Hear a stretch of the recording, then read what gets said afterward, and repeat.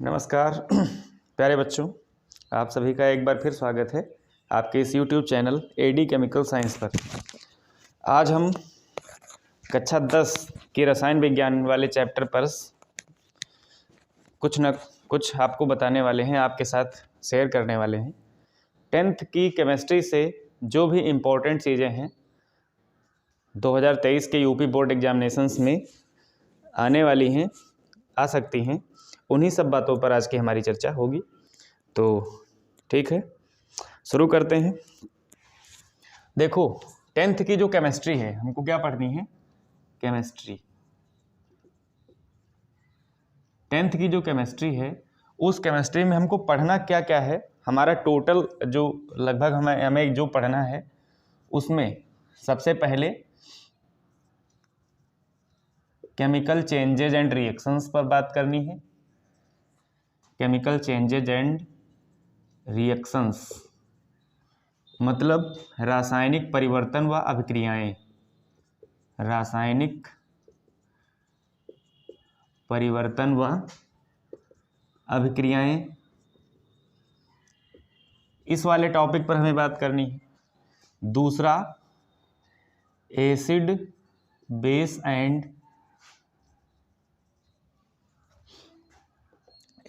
And salt, ये मतलब अम्ल क्षार व लवण, इस पर बात करनी है।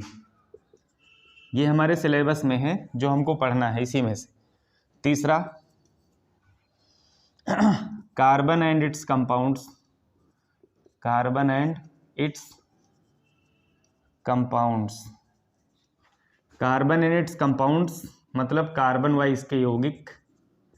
कार्बन व इसके यौगिक।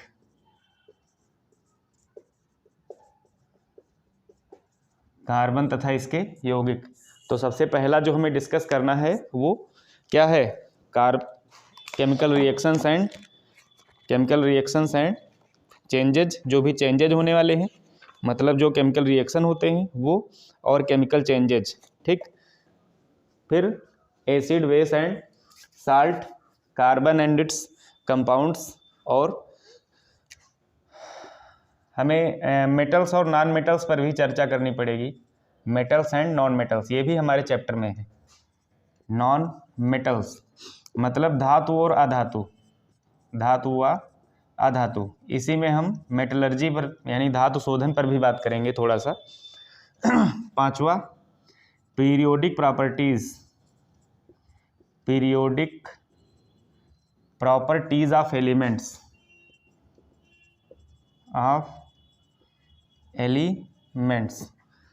तत्वों के आवर्ती गुण या पीरियोडिक क्लासिफिकेशन हम पढ़ेंगे। मतलब पीरियोडिसिटी पढ़नी तत्वों की, मतलब पीरियोडिक टेबल के बारे में हमको पढ़ना है इस वाले चैप्टर में। केमिकल चेंजेज और रिएक्शंस में हम पढ़ेंगे कि कौन कौन से चेंजेज होते हैं, रिएक्शंस कौन कौन सी होती हैं, केमिकल इक्वेशंस कौन कौन सी होती हैं, क्या होती हैं, वो सब एग्जाम्पल के साथ साथ। Acid base and salt. Acid का मतलब अम्ल, बेस का मतलब क्षार, और साल्ट का मतलब लवण, ये वाला। Carbon and it's compounds, carbon व इसके यौगिक, मतलब कार्बन को ही हमको पूरी तरह से पढ़ना है। उसके जो यौगिक हैं, कुछ यौगिक के बनाने की विधियाँ, रासायनिक गुण, भौतिक गुण, IUPAC, कार्बन की पूरी स्ट्रक्चर। मेटल्स और नॉन मेटल्स में हम लोग जानते हैं धातु और अधातु के बारे में पढ़ना है, और हमने बताया कि मेटल्स के मेटलर्जी पर बात करनी है। Periodic properties of elements. तो ये सारा हमारा सिलेबस है केमिस्ट्री 10th का। आप लोग इसको देख लीजिए, और इसमें बारी बारी से इसमें हम मेटल्स और नॉन मेटल्स को यहाँ पर ट्रांसफ़र कर दें। मतलब केमिकल चेंजेज और रिएक्शंस वाला जो लेसन है, रासायनिक परिवर्तन व अभिक्रियाएं, रिएक्शंस। ठीक।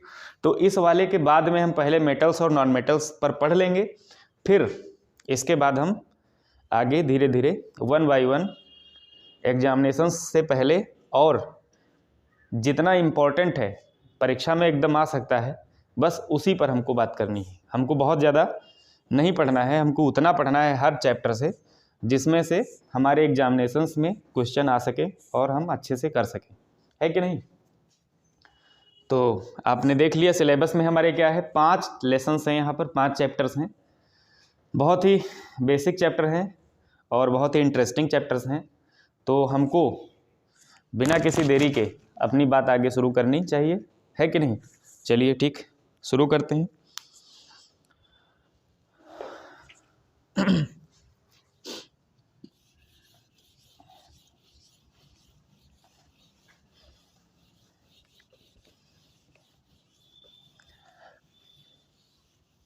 अब हमारा सबसे पहला पार्ट यही है, केमिकल चेंजेज एंड रिएक्शंस, रासायनिक परिवर्तन व अभिक्रियाएं।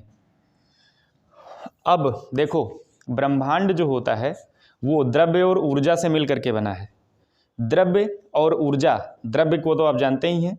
द्रव्य क्या होता है, जिसका भार होता है, जो स्थान घेरता है, उसे हम द्रव्य कहते हैं, मैटर। द्रव्य का मतलब मैटर। तो जो हमारा ब्रह्मांड है, सबसे पहली बात, हमारा जो ब्रह्मांड है,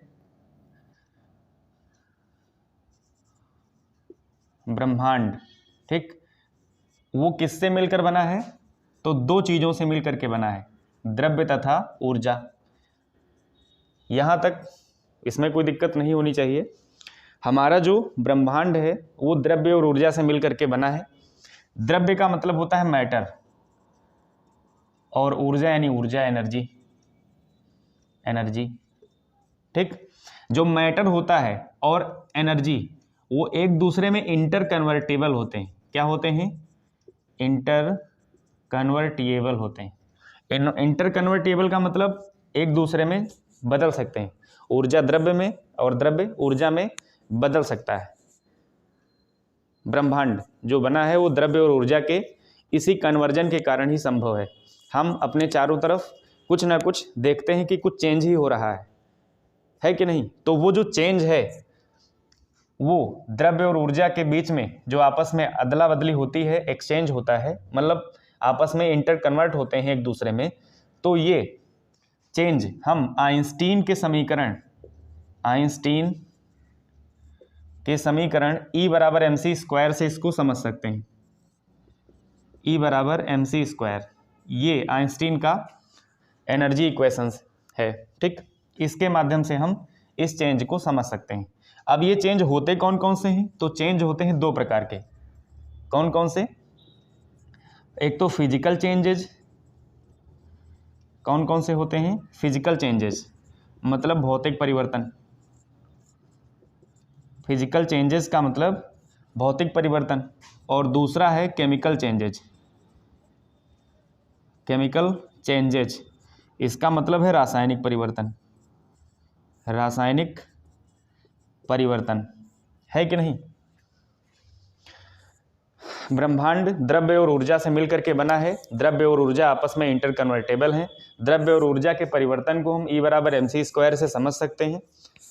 परिवर्तन 2 प्रकार के होते हैं, यानी चेंजेज जो हैं वो 2 प्रकार के होते हैं, भौतिक और रासायनिक। भौतिक मतलब फिजिकल चेंजेज और रासायनिक मतलब केमिकल चेंजेज, है कि नहीं। चलिए यहाँ तक हमको समझ में आ गया, ठीक है। अब हम ये समझेंगे कि फिजिकल चेंजेस क्या होते हैं और केमिकल चेंजेस क्या होते हैं। क्या चीज़, सबसे पहले फिजिकल चेंजेज। सबसे पहली बात हमारी फिजिकल चेंजेस पर होगी, मतलब भौतिक परिवर्तन। किस पर, भौतिक परिवर्तन। भौतिक परिवर्तन या फिजिकल चेंजेस क्या होते हैं, तो सबसे पहली बात जो फिजिकल चेंजेज हैं वो, उसमें कोई नया पदार्थ नहीं बनता है, कोई नया पदार्थ नहीं बनेगा। पदार्थ की अवस्था में केवल चेंज होता है, वो भी भौतिक अवस्था। कैसी अवस्था, भौतिक अवस्था। भौतिक अवस्था सिर्फ बदलेगी, घनत्व तो बदल जाएगा, लेकिन पदार्थ की अब आंतरिक अवस्था में चेंज नहीं होगा। परमाणु जिस तरह से हैं, लगे हुए हैं, और अणु दोनों की अवस्था संरक्षित रहती है। परमाणु और अणु की अवस्था संरक्षित रहती है भौतिक चेंजेज में। ये चेंजेस दोनों तरफ हो सकते हैं, रिएक्टेंट से प्रोडक्ट, प्रोडक्ट से रिएक्टेंट, यानी अभिकारक से उत्पाद और उत्पाद से अभिकारक मिल सकते हैं। एक अवस्था से दूसरी अवस्था, दूसरी अवस्था से पुनः पहली अवस्था हमें प्राप्त हो सकती है कि नहीं। अगली बात, ये उत्क्रमणीय होते हैं। परमाणु और अणु दोनों तरफ दोनों संरक्षित रहते हैं, इसमें परमाणु और अणु का कोई ह्रास नहीं होता है, ठीक है, कोई नया पदार्थ नहीं बनता है। बस ये सारी बातें हमको ध्यान रखनी है।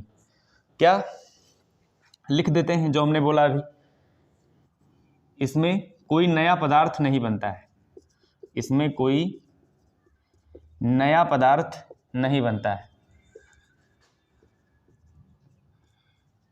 बात समझ में आई? कोई भी नया पदार्थ इसमें नहीं बनता है, किसमें? फिजिकल चेंजेस में, मतलब भौतिक परिवर्तन में कोई भी न्यू सबस्टेंस नहीं बनता है। दूसरा, पदार्थ की परमाणु व अणु अवस्था संरक्षित रहती है,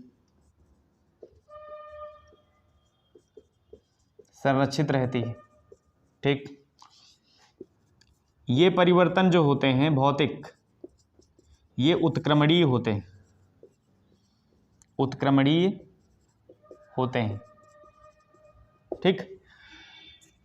जो फिजिकल चेंजेज होते हैं वो कैसे होते हैं? उत्क्रमणीय। उत्क्रमणीय का मतलब दोनों दिशाओं में।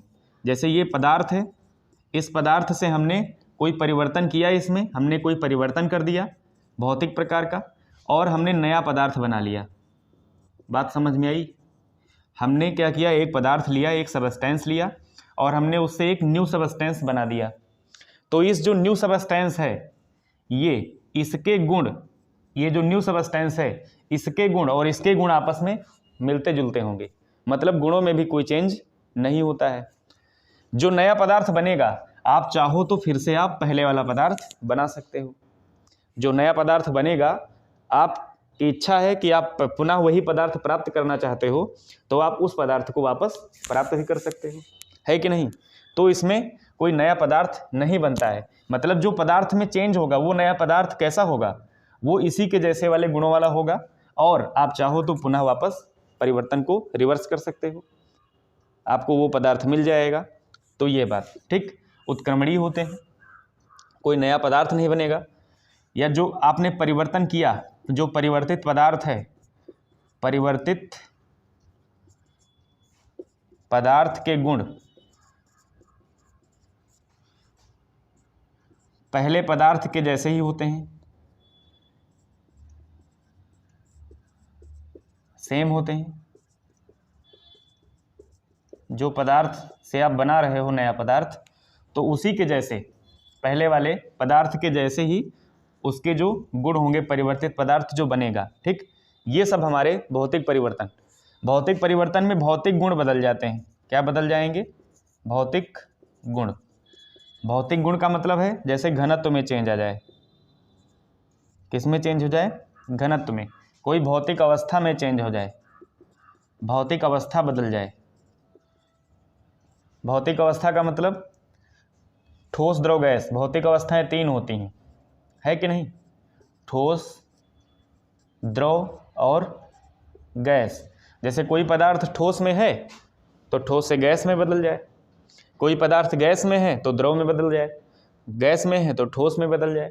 मतलब पदार्थ की अवस्था में चेंज हो जाए, लेकिन रासायनिक संगठन में कोई भी चेंज ना होने पाए, तो ऐसे परिवर्तन को हम कहते हैं भौतिक परिवर्तन। तो आप इतनी बातों को याद रखिए और आपका परिवर्तन। अब उदाहरण में लिख लिया जाए। इसमें उदाहरण क्या होगा? तो उदाहरण में क्या कर सकते हो? जैसे पानी का बर्फ बनना, या पानी का जलवाष्प में बदल जाना, है कि नहीं? ठीक। जो भी संघनन वाले जो भी एग्जाम्पल हैं वो सभी इसी में आएंगे, कंडेंसेशन वाले, ठीक है। किसमें? भौतिक परिवर्तन में। समझ रहे हो? तो ये सब क्या होगा?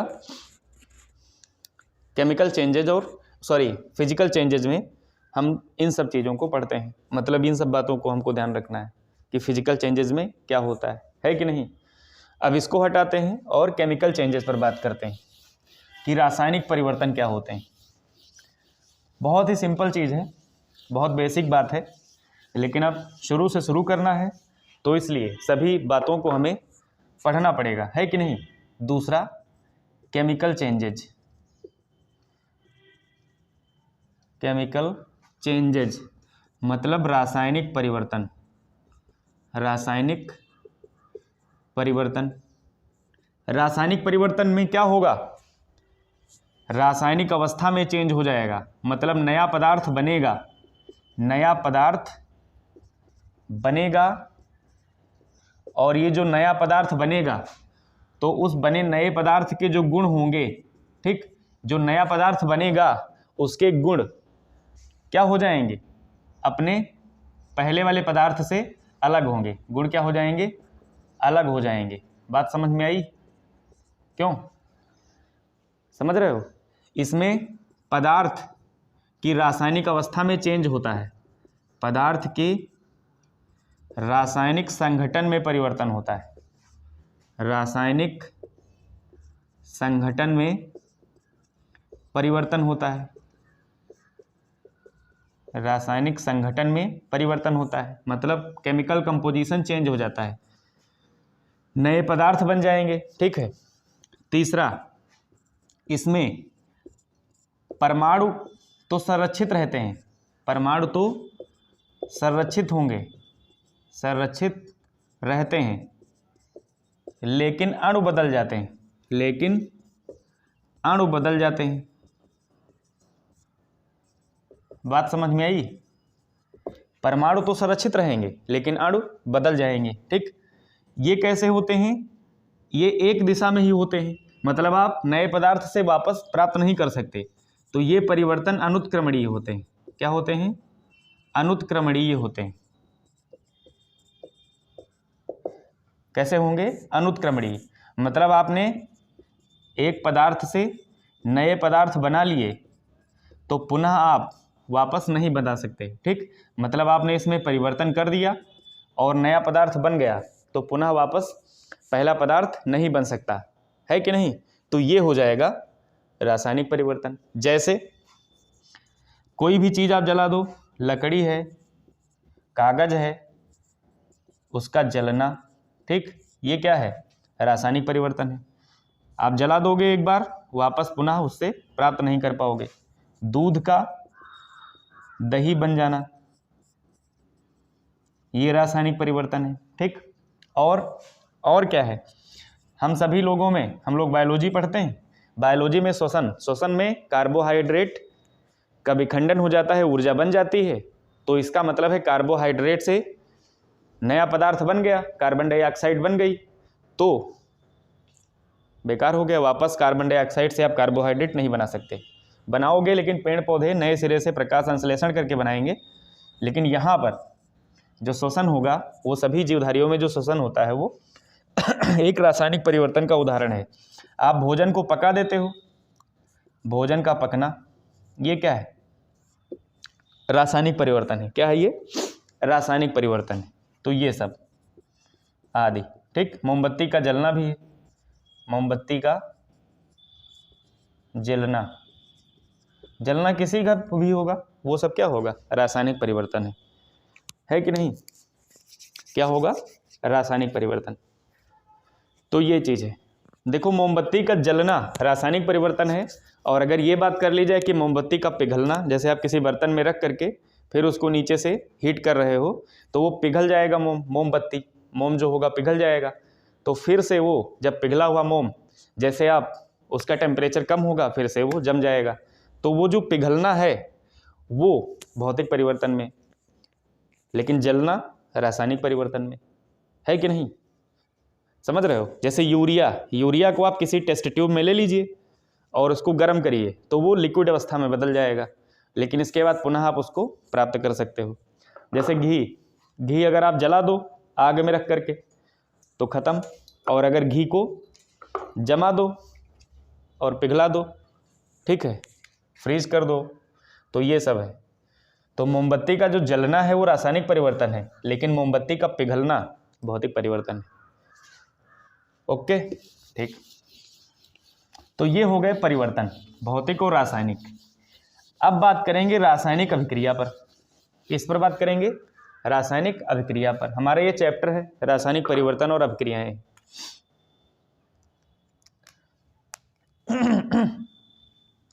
रासायनिक अभिक्रिया क्या होती है। बहुत आराम से आप लोग समझ लीजिए कि रासायनिक अभिक्रिया में क्या होता है। देखो, रासायनिक अभिक्रिया का मतलब है केमिकल रिएक्शन। केमिकल रिएक्शन,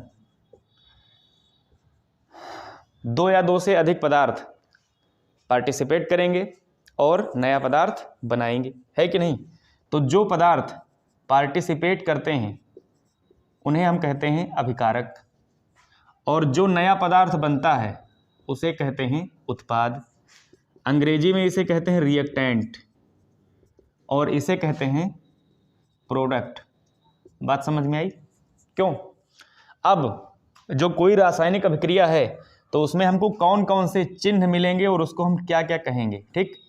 कौन कौन से चिन्ह मिलेंगे और उसको हम, उनका नाम क्या होगा, उनका अर्थ क्या है, ठीक, उनकी मीनिंग क्या है, ये बात मीनिंग, ये बात हमारी समझ में हम नोट कर लें अलग तो ज़्यादा ठीक रहेगा। अगर इस तरह का चिन्ह है, सिर्फ इस तरह का अभिक्रिया में, ठीक, तो ये बता रहा है कि केमिकल रिएक्शन हो रही है, लेकिन इस अभिक्रिया को उत्क्रमणीय अभिक्रिया कहते हैं। कौन सी? उत्क्रमणीय अभिक्रिया। मतलब जो अभिक्रिया हो रही है वो सिर्फ एक तरफ हो रही है, अभिकारक से उत्पाद, मतलब रिएक्टेंट से प्रोडक्ट बन रहा है, प्रोडक्ट से रिएक्टेंट नहीं बनेगा, ठीक है। यानी इसको अंग्रेजी में कहते हैं रिवर्सिबल रिएक्शन। रिवर्सिबल रिएक्शन, ठीक है।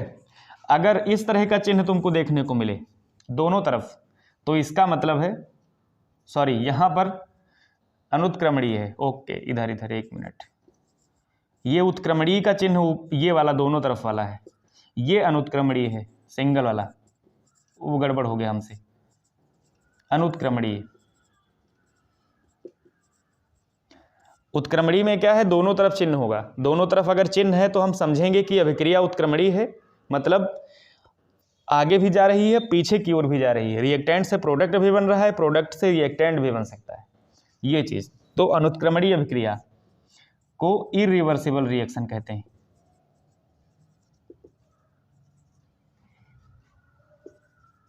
इरिवर्सिबल रिएक्शन, ठीक।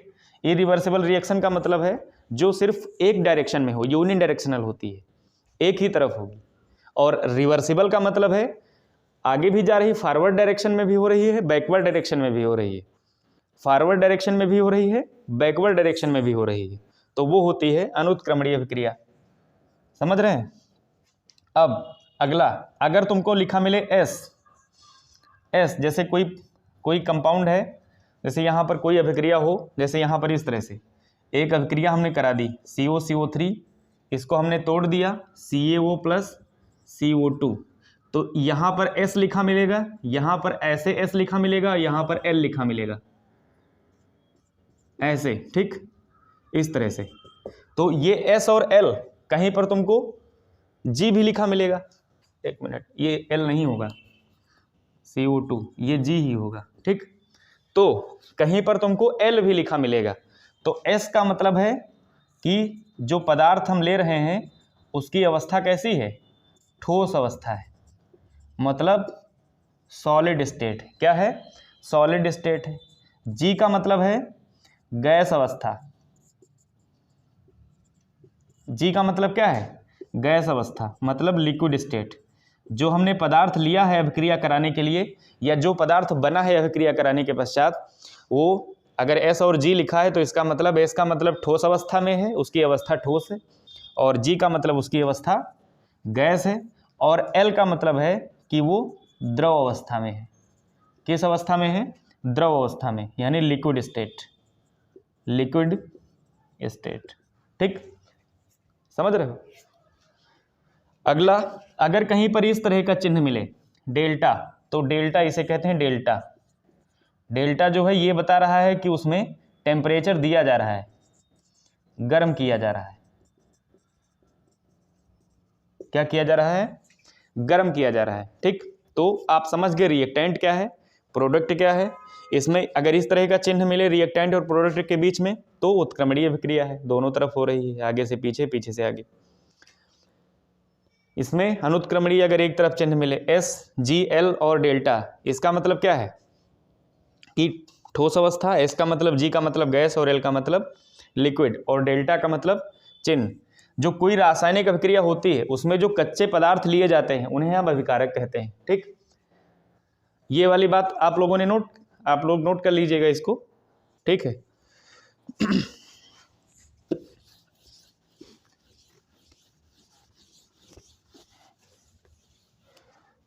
किसी रासायनिक अभिक्रिया में अभिकारक क्या है? किसी रासायनिक अभिक्रिया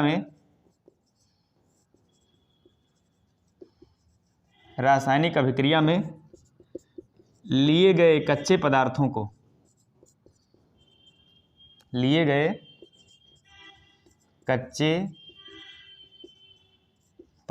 को अभिकारक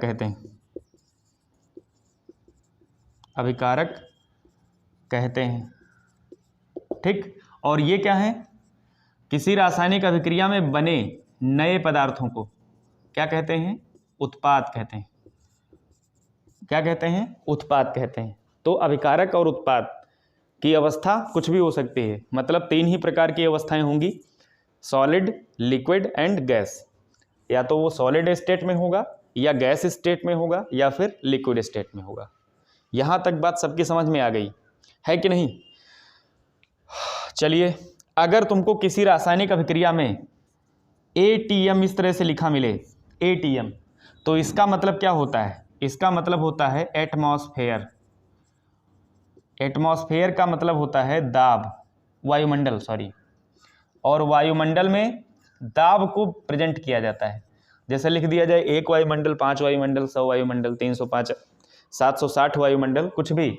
मतलब ATM का मतलब है कि किसी भी रासायनिक अभिक्रिया में जितना दाब लिया जाता है, कि जितने प्रेशर पर अभिक्रिया कराई जाती है, वो ATM का मतलब एटमॉस्फेयर होता है। ठीक, अगर कुछ और शॉर्टकट्स होते हैं उनको भी लिख देते हैं।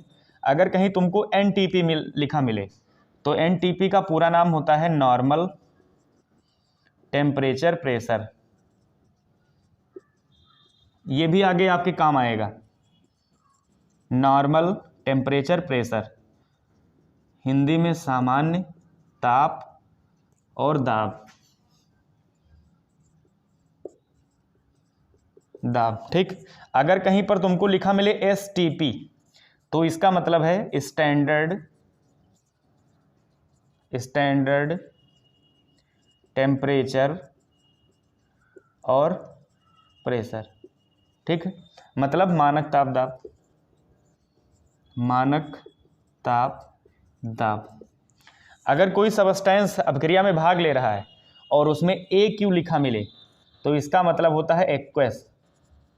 एक्वस का मतलब है वो विलयन वाली अवस्था। विलयन वाली अवस्था यानी लिक्विड स्टेट होती है विलयन की अवस्था, यानी विलयन के रूप में। ठीक, AQ का मतलब क्या है? वो विलयन के रूप में। किसी यौगिकों के आगे लिखा होता है CONC और लिखा होता है DIL, तो CONC का पूरा नाम है कंसंट्रेट। कंसंट्रेट का मतलब होता है सांद्र। कैसा? सांद्र। और DIL का मतलब पूरा होता है डाइल्यूट। क्या होता है? डाइल्यूट। और डाइल्यूट का मतलब तनु। तो ये भी बातें आपको ध्यान रखनी चाहिए, आपके काम आएगा। आपको लिखा होता है लेकिन आप समझ नहीं पाते हैं कि ये क्या लिखा है।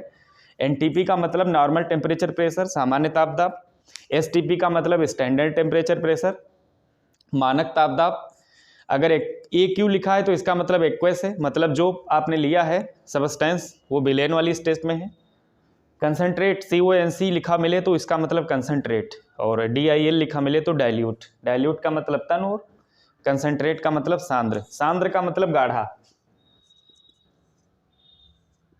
और इसका मतलब होता है हल्का। ठीक, यहां तक सबको समझ में आ गया? बिल्कुल, आपने कहा ठीक है। चलिए आगे बताइए। तो आपको आगे ले चलते हैं, इसको हटा दें।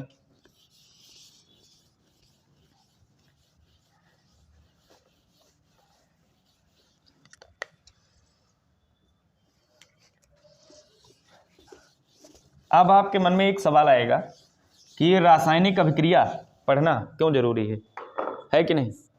रासायनिक अभिक्रिया से हमें क्या मिल सकता है? तो ये रासायनिक अभिक्रिया में हमें क्या प्राप्त होता है, तो जैसे कोई परिवर्तन हो रहा है प्रकृति में, परिवर्तन, सब परिवर्तन ही होता है इधर उधर जितना भी है, कुछ भौतिक होते हैं और कुछ रासायनिक होते हैं। तो जो परिवर्तन है इन्हीं परिवर्तनों को हम पढ़ते हैं। भौतिक परिवर्तन नॉर्मल वाले परिवर्तन है, उसमें नए पदार्थ बनते नहीं। रासायनिक परिवर्तन में नए पदार्थ बनते हैं, अलग अलग ताप अलग अलग दाब पर परिवर्तन होते हैं। तो इसमें हम क्या करते हैं, इसमें हम रासायनिक अभिक्रिया के माध्यम से कोई भी परिवर्तन हमारे इधर उधर कहीं भी हो रहा है तो उस परिवर्तन को हम समझने का प्रयास करते हैं। मतलब इसमें किसी भी रासायनिक अभिक्रिया में कौन कौन से पदार्थ भाग ले रहे हैं उनकी जानकारी मिल जाती है। मतलब रासायनिक अभिक्रिया को पढ़ने से इसमें भाग ले रहे पदार्थ की जानकारी प्राप्त हो जाती है, पदार्थ की जानकारी प्राप्त हो जाती है, प्राप्त हो जाती है। ठीक, दूसरी बात, इसमें भाग ले रहे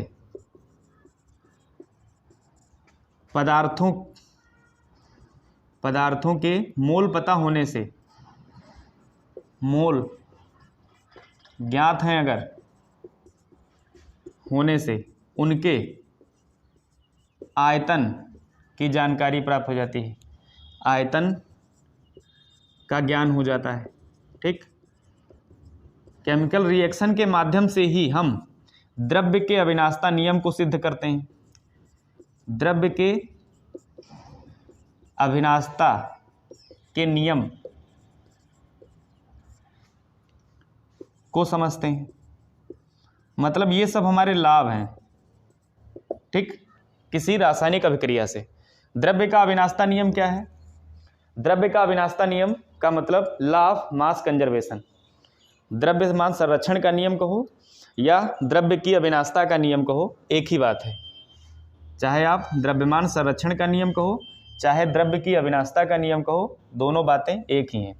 अब जैसे यहाँ पर हमने लिखा CaCO3 प्लस और इसको तोड़ दिया ऐसे CaO प्लस CO2 में। ठीक, अब इधर हम देख लेते हैं, अगर इसके हम भार की बात करें तो इसका भार कितना होगा रिएक्टेंट का, मतलब इसमें इसका भार कितना होगा, इसका कैल्शियम का 40 अणुभार से हम निकाल लेते हैं, इसका 12 और इसका 16 होता है, 3 है तो 48, तो ये 8 तो 10 0 1 1 4 1 5 1 6 4 10, इसका 100 आ गया। ठीक, मान लो 100 ग्राम है, इसका टोटल भार कितना है 100 ग्राम, किसका अभिकारक का। ठीक, इसमें इसका कितना होगा 40 और प्लस 16, तो ये 56 हो गया। इधर 12 और प्लस 16 दूना 32, 12 और 32 44 ये हो गया। तो टोटल जो उत्पाद है उसका भार कितना है, ये 56 इसका और 44 इसका, तो टोटल 100 आ गया। मतलब 100 ग्राम इसका 100 ग्राम इसका। अब देखो ये एक रासायनिक अभिक्रिया है, ये क्या है, एक रासायनिक अभिक्रिया है। कैल्शियम कार्बोनेट से CaO प्लस CO2 बना, कैल्शियम ऑक्साइड और कार्बन डाइऑक्साइड। लेकिन बना इसमें नए पदार्थ तो बन गए, लेकिन जितना द्रव्यमान इधर था उतना ही बाद में हमको टोटल का मिला, है कि नहीं। मतलब द्रव्यमान संरक्षित रहता है रासायनिक अभिक्रिया के दौरान। यही है द्रव्यमान अविनाशता का या द्रव्य की अविनाशता का नियम या द्रव्यमान संरक्षण का नियम, कि कोई भी रासायनिक अभिक्रिया होती है, यौगिक टूटते हैं, टूटने के पश्चात नए यौगिक बनते हैं। ठीक है, परमाणुओं का क्या होता है, पुनर्विन्यास होता है। मतलब इधर से उधर दौड़ते हुए जाते हैं, दूसरे से मिल गए, रासायनिक बंध टूटेंगे, नए बंध बनेंगे रासायनिक अभिक्रिया में, और इस तरह से नए पदार्थ बन गए। लेकिन जो द्रव्यमान है वो बराबर है, टोटल इधर जितना और इधर जितना सब बराबर है। ठीक, तो इसका मतलब ये द्रव्यमान द्रव्य की अविनाशता का नियम यहाँ से सिद्ध हो रहा है कि रासायनिक परिवर्तन होगा कोई दिक्कत नहीं, पदार्थ बनेंगे कोई दिक्कत नहीं, लेकिन द्रव्यमान उतना रहना चाहिए जितना लिया गया है। बात समझ में आई। तो आज के वीडियो क्लास में हमने क्या सीखा कि रासायनिक परिवर्तन और भौतिक परिवर्तन क्या होते हैं, किसी रासायनिक अभिक्रिया में क्या क्या चीज़ें हमको देखने को मिल सकती हैं, वो भविष्य में हमको देखने को मिलेंगी, अभी हम जब आगे रासायनिक अभिक्रियाओं को पढ़ना शुरू करेंगे तो। और ये भी हमको पता चल गया कि द्रव्य की अविनाशता का नियम क्या है, तो ये सारी चीज़ें हमको आज पता चली। तो ठीक है, अगली क्लास में हम इस वाली टॉपिक का रिमेनिंग पार्ट भी कंप्लीट कर देंगे। तो ठीक है, आप लोग इसको देखिए, समझिए और अगले वीडियो का इंतज़ार करिए। ठीक है, थैंक यू क्लास।